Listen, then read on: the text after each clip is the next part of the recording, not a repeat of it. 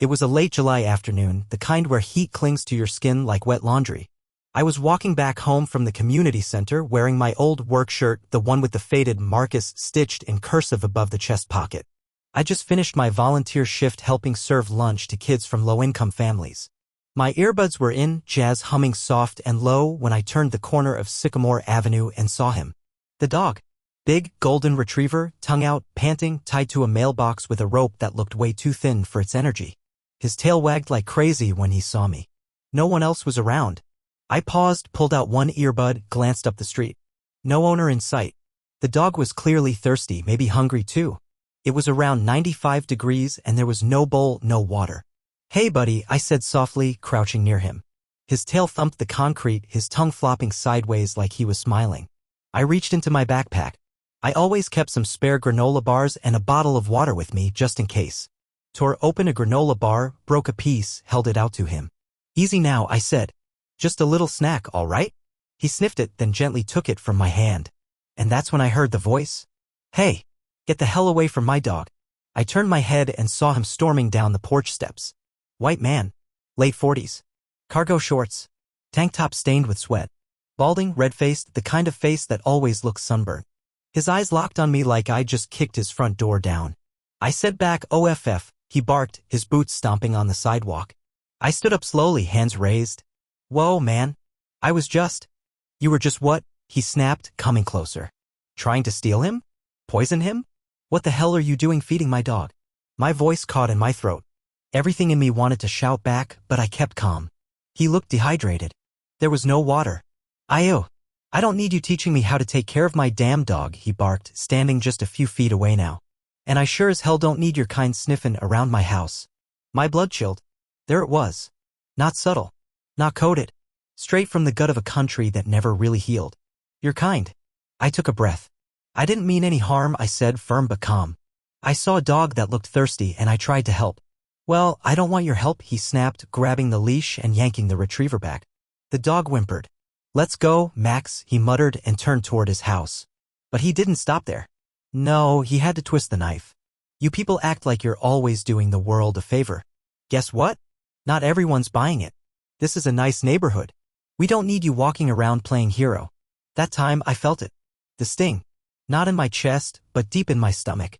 I clenched my jaw, turned, and walked away without another word. But something inside me was burning. Because I knew I hadn't done anything wrong. I knew my intentions were good. But that didn't matter. To him, I was a threat the second I existed in his space. That night, I couldn't sleep. I kept thinking about that dog's eyes, gentle, innocent. The way he licked my hand like it was the best thing that happened to him that day. And I thought about that man, his voice, his anger, the way he never saw me, just the idea of me. An intruder. A danger. A story he'd already written in his head. Then I thought about my grandfather. He'd once told me, "When you grow up black in this country, you'll have to swallow insults just to survive. But don't you ever swallow your dignity." The next morning I went back. Same street. Same sidewalk. Same house. The dog wasn't out. But the man was sitting on his porch with a can of beer in one hand and a newspaper in the other. When he saw me, he froze. I didn't walk up to him. I stood by the sidewalk. "I'm not here to argue," I said. "I just want to say one thing." He squinted at me. Said nothing. "I get it. You love your dog. You thought I was doing something wrong. But next time, maybe take a second to see who's really standing in front of you before you decide who they are." He stared at me, jaw tight, silent. I turned and walked away. He didn't stop me this time. But he also didn't say sorry. Not yet. The days after that encounter felt like walking through thick fog. I couldn't shake the weight of his words, the anger in his eyes, and that pit in my stomach that refused to go away. But life moved on. I had my job at the tech company, my volunteer work, and the small joys that came from knowing I was doing my part, no matter how insignificant it seemed. Still, I couldn't forget about that moment on Sycamore Avenue. I thought about the man often. I thought about his dog, Max, too. There was something so pure about how excited the dog was to see me, to accept the small offering I had given. It was as though he didn't see any color, any skin. He just saw kindness. And that was enough. I tried to let it go, but every time I passed that street, I felt my chest tighten. My mind replayed the same scene again and again, his voice, the anger, the accusation. Then, almost a week later, I saw him again. I was walking home from work when I noticed him standing in his front yard, pulling weeds from his garden. He didn't see me at first. I wasn't sure what I was doing there. I wasn't planning to confront him again, but something inside me told me I needed to speak up. It wasn't just for me. It was for every person who'd ever been made to feel small, insignificant, or invisible. I took a deep breath and walked across the street toward his house.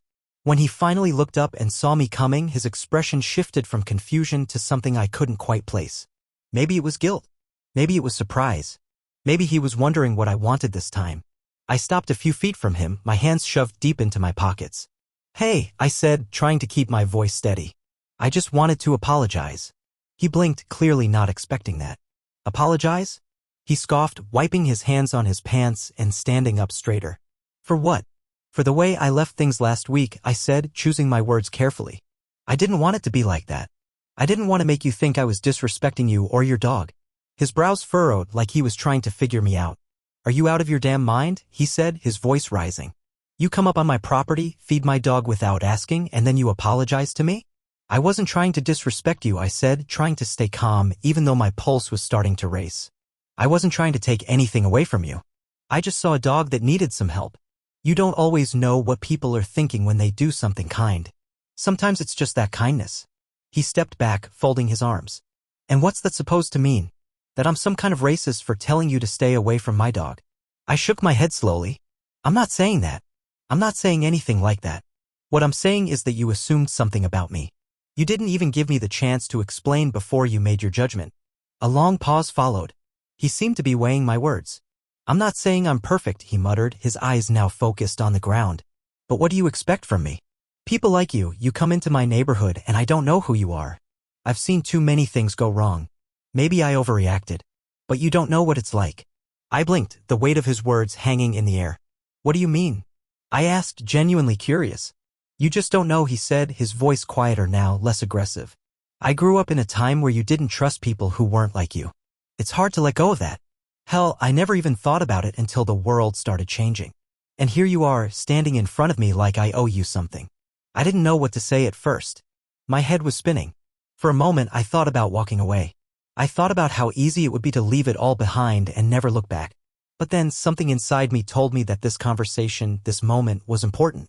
It was a chance for him to see past the things that had shaped him, to see me as I was, not just a black man, but a person just like him. I took a deep breath. "I get it. I understand more than you think," I said, my voice steady now. "But you can't just assume people are the way you've been taught they are.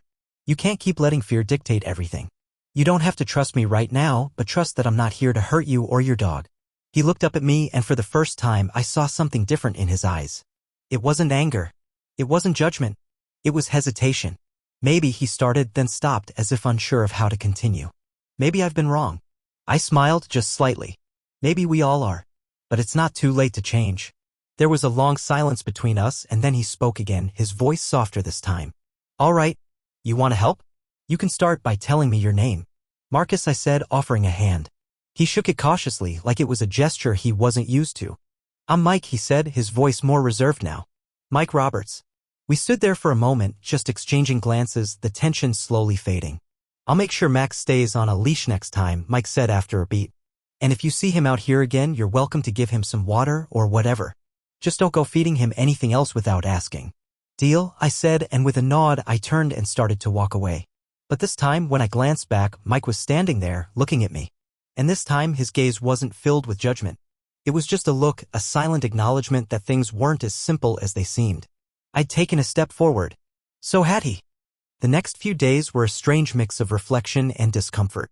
I kept replaying the moment with Mike in my mind over and over again. It was clear that there was a lot he hadn't yet understood, but in some small way, the fact that we had spoken openly felt like progress. He hadn't stormed off, hadn't gotten defensive to the point of no return. He had listened. And that in itself was something. But things weren't just about Mike. They weren't about one single encounter or one single act of kindness. The truth was, I had a long way to go before I could even begin to feel like my presence in his neighborhood, or any neighborhood, wasn't met with suspicion. That was the ugly reality of racism. It's not just about the words people say or the things they do. It's about the unspoken assumptions, the prejudice that seeps into your life without even realizing it. The hardest part for me was the unrelenting feeling of being judged for something that wasn't my fault. Being labeled based on the color of my skin, just like that. Every encounter, no matter how minor, felt like I had to work 10 times harder to prove I wasn't a threat. Still, something inside me urged me to keep moving forward. To keep pushing, to not back down in the face of something as big and complex as racism. I was tired of hiding. Tired of pretending I didn't see it or feel it. So, I made the decision to keep going. A week after the conversation with Mike, I found myself walking back to his house again. This time, I wasn't sure what I was expecting. But I knew I couldn't just leave things in limbo. I wanted to know if he'd changed his perspective, or if he was still harboring the same assumptions he had when we first met. I wanted to make sure I wasn't just some charity case in his eyes, some guy who he was tolerating out of some misplaced sense of guilt or obligation. When I arrived at his house, I saw him sitting on his porch, a beer in his hand, the dog Max lying peacefully at his feet. I hesitated for a moment, unsure of how to approach him this time. But there was no turning back. I walked up the steps to his porch and stopped just short of the railing. Mike looked up from his beer, his eyes a little more tired than the last time I saw him. "Hey, Mike," I said, trying to sound casual, though I could feel my heart racing. "How's Max doing?" Mike's lips twitched into a slight grin. "He's fine. He's still a little jumpy around people, but he's getting used to it." "Good to hear," I said. I hesitated for a moment, gathering my thoughts. "I've been thinking about our last conversation." He nodded slowly. "Yeah, me too." I leaned against the porch railing and looked at Max. "You know, I wasn't trying to make things difficult for you. I was just trying to do something good. I didn't think you'd react the way you did, but I get it now." Mike took a long swig from his bottle and set it down on the porch next to him. He didn't say anything right away, and I could see that he was deep in thought, his mind working through something. "You know," he finally said, "I've been thinking a lot about it. About what you said about how I just assumed you were being disrespectful. I've never really had to think about things that way before. I grew up in a pretty, sheltered world, I guess. I didn't have to deal with the things you deal with. So, when I saw you on my lawn, I didn't think about it twice. I just saw you, a black guy, and that was it." I could feel the weight of his words settle between us like a thick fog. The vulnerability in his voice surprised me. "And now?" "Now," he continued, "I see that I was wrong. You didn't come here to take something from me. You came here to help. That's a hard thing to admit." I smiled faintly. "Admitting when you're wrong doesn't make you weak. It makes you human." Mike was quiet for a moment, looking at Max. Finally, he looked back at me. "I don't know if I'll ever understand everything. But I want to. And I'll try." There was something so raw in his voice, something that caught me off guard. It was like I had stepped into a different version of Mike. The walls he had built around himself, the fear, the prejudice, were starting to crack. And it wasn't a perfect process, but it was a start. "I don't expect you to understand everything overnight," I said. "But I appreciate you being willing to try. That's a big deal." He nodded slowly. "It is. And I'm sorry. I should have treated you with more respect." I could feel the sincerity in his words. The apology wasn't perfect, but it was real. And that's all I could ask for. For a few minutes, we sat there in silence, each lost in our own thoughts. I wasn't sure if we had reached some magical conclusion or if this was just the beginning of something much larger. But in that moment, it didn't matter. It was enough that we were talking, that we had both taken a step forward. I knew this wasn't over, it wasn't some quick fix. But it was a start. "I'll tell you what," Mike said, breaking the silence. "Next time you're in the neighborhood, stop by. We'll grab a beer, talk, whatever." I raised an eyebrow, surprised. "You mean, you actually want to hang out with me?" Mike chuckled, a dry laugh. But there was warmth in it. "Yeah, I think we can handle that." I smiled, nodding. "All right, I'll take you up on that." As I walked away from Mike's house, I felt lighter. Not because everything had been resolved, far from it, but because we had made progress. And sometimes progress is enough. A few days passed since I had that conversation with Mike. Each day felt like a small victory, and yet every step forward made me more aware of the distance I still had to go. It's easy to think that one moment of change, one honest conversation, is the end of a struggle. But as I learned quickly, it was only the beginning. I found myself reflecting more deeply on what had transpired. Mike had come a long way in admitting his wrongs, and that was commendable. But now I was left to wonder whether this newfound openness was just a momentary shift or if it would be a lasting change.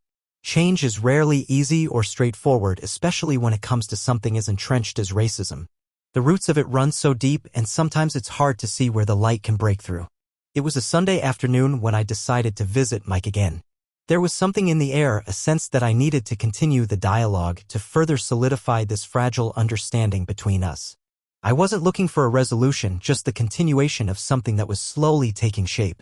When I pulled up to Mike's house, I saw that his porch was empty. There was no sign of Max, no beer cans scattered on the floor, no man sitting quietly, deep in thought. It felt strange, almost unsettling. But as I walked up the steps and knocked on the door, I reminded myself that this wasn't a normal situation. I wasn't sure where this journey would lead, but I knew I couldn't stop now. Mike answered the door, his face lighting up with a tired smile when he saw me standing there. He looked different today, not just physically, but in the way he carried himself. Maybe it was the sunburn on his face from working outside all week, or maybe it was something more intangible, the weight of what he had started to realize. "Hey," he said. "You're back already?" "Yeah, I thought I'd stop by. Hope I'm not interrupting." "Nah, you're good," Mike replied, stepping aside to let me in. "You want something to drink? I got some iced tea in the fridge." "Tea sounds perfect," I said, following him into the kitchen. As he handed me the glass, I took a deep breath, unsure of how to continue. The air between us was comfortable, but there was still a sense of tension, of things left unsaid. We had talked about a lot, but we hadn't really dug deep into the core of why racism is such a pervasive issue. Maybe that was what I was looking for today, a chance to break down the barriers, to get into the heart of it. I sat down at the kitchen table, taking a sip of my tea, trying to gather my thoughts. Mike sat across from me, his eyes focused on the glass in front of him. "I've been thinking about what you said," Mike started, breaking the silence. "About how we don't really understand what it's like to walk in someone else's shoes. It's easy to see things from my perspective. I've never had to worry about how I'm perceived just because of my skin color. But that doesn't mean it's right." I nodded, encouraging him to continue.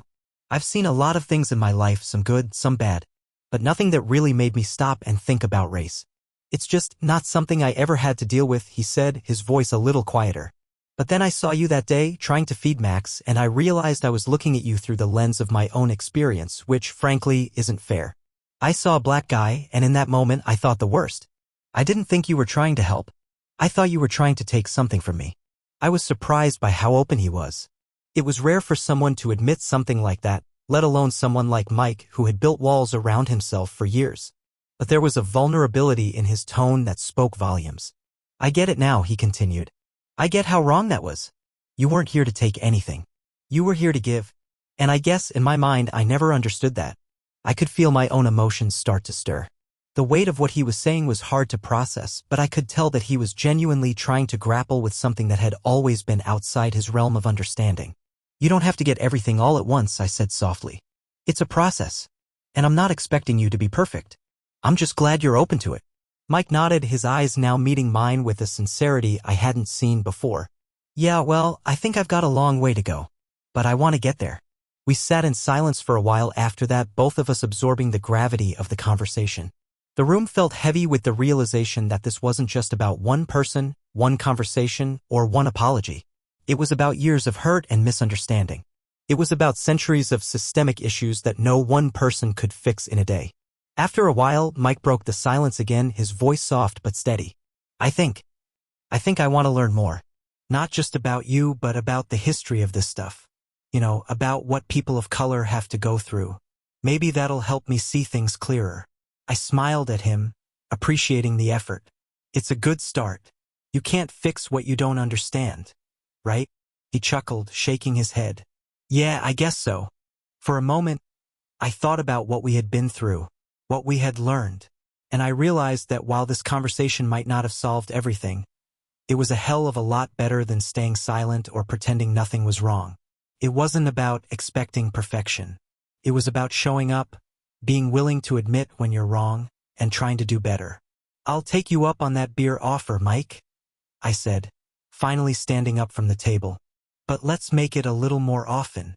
I think we've got a lot more to talk about." He grinned, clearly relieved. "Deal."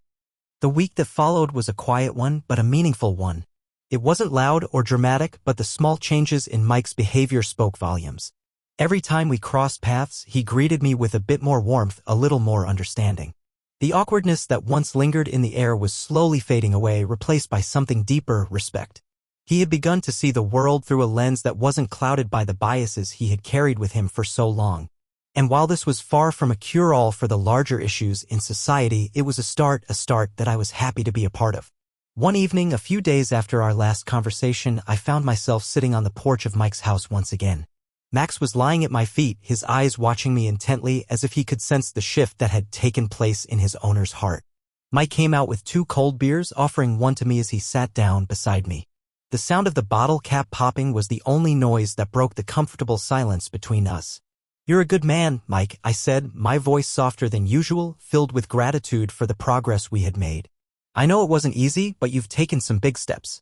Mike took a long sip of his beer before responding. "Yeah, I know. And I can't pretend that everything's perfect, but I think I'm getting it now. I don't expect to change overnight, but I want to keep learning, you know? I want to be a better person." I looked over at him, seeing something in his eyes that I hadn't seen before. It wasn't just the desire to do better, but an actual understanding of how his actions impacted others.